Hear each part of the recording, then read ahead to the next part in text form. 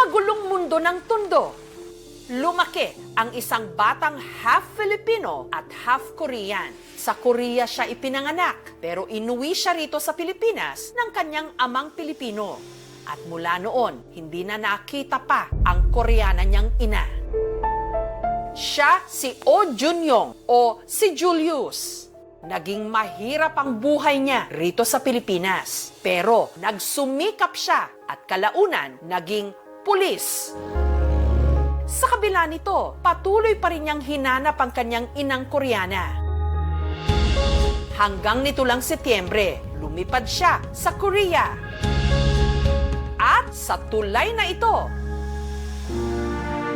naroon ang kanyang ina na 31 taon niyang hindi nakapiling.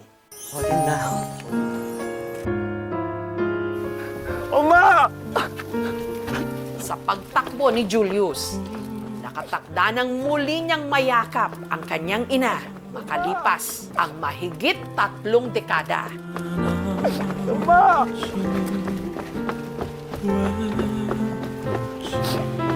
Oma! Ito ang kwentong dadaigin ang mga Korean drama. Oma!